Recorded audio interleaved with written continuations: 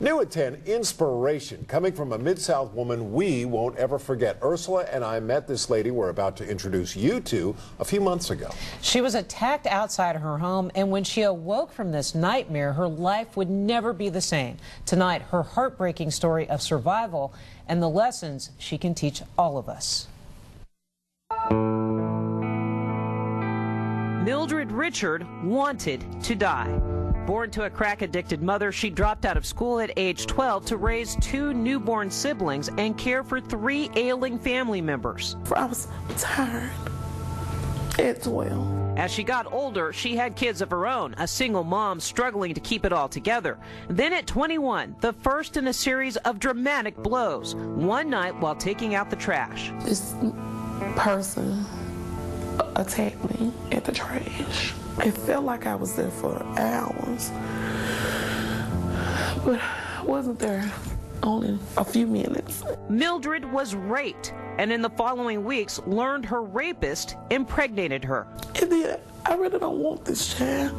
This is a child conceived out of pure evil. I can't love this child the way I do my babies.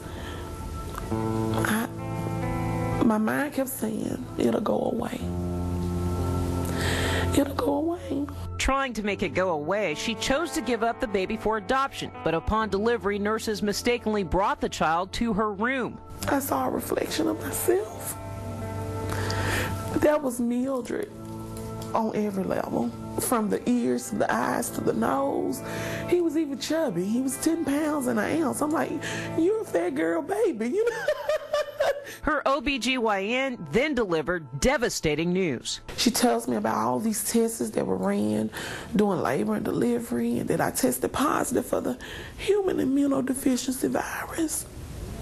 And I remember saying thank you, because I didn't know what the human immunodeficiency virus was. Mildred's rapist not only impregnated her, he infected her with the virus that causes AIDS. I felt like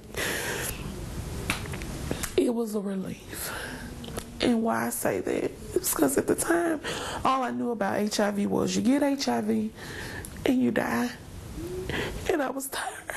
And I was ready to die. Uneducated and spiraling into deep depression, Mildred was scared to even touch her children, afraid they might contract the virus.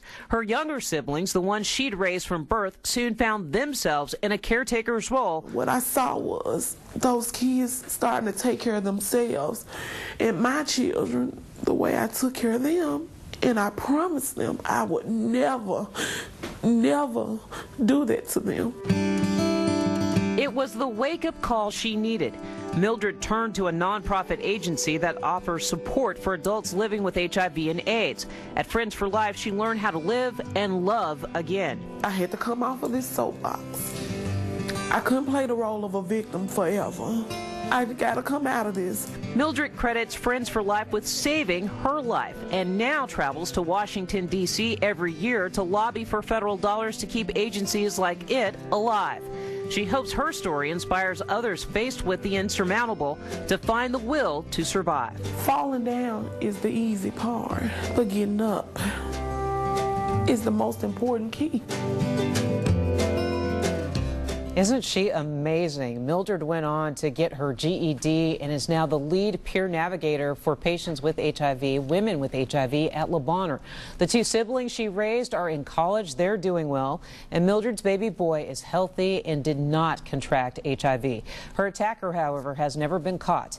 You can help those living with HIV and AIDS in the Mid-South by supporting agencies like Friends for Life.